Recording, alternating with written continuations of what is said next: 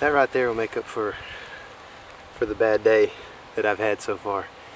I know it sounds crazy, but I got to the parking area and started moving stuff to my tailgate, and I shut my front passenger door, and my truck simultaneously honked and locked the doors on me with my key in the ignition.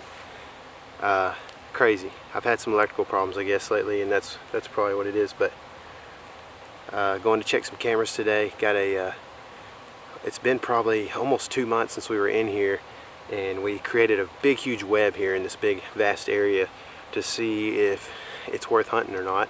Apparently bucks use it during the spring, so cool little find. But I'm gonna go make the rounds. Got to get, because I wasted about 4 hours trying to get my truck unlocked, and I don't want to be out here during prime time, so I got a lot of cameras to check, a lot to move. Brought the computer, and gonna go through these cards and see if we should leave these cameras or not. Got batteries, SD cards, and we're ready to roll, so let's do it.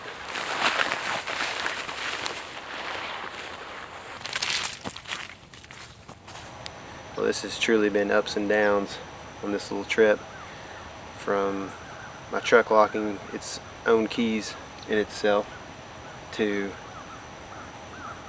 I forgot to mention, before I found that shed, I jumped a shooter buck close to the road, so that was cool. Couldn't tell much about him, looked like he was busted up already.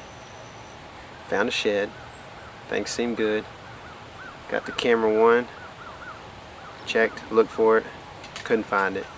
We're now at camera 4, and I have not found a single camera.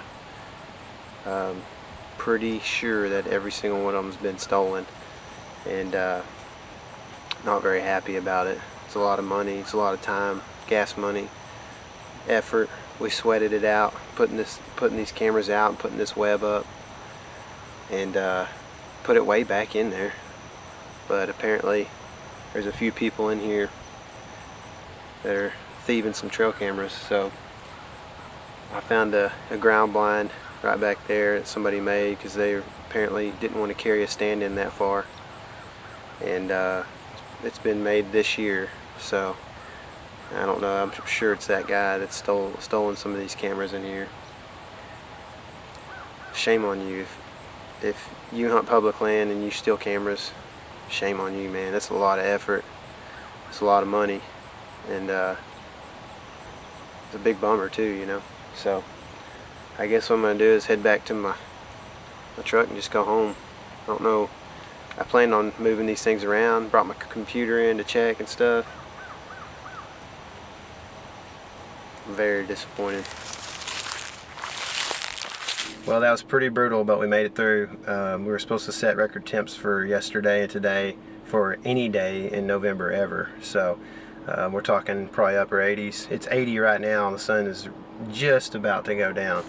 So check the camera on the way home. On a little piece that's close to the road.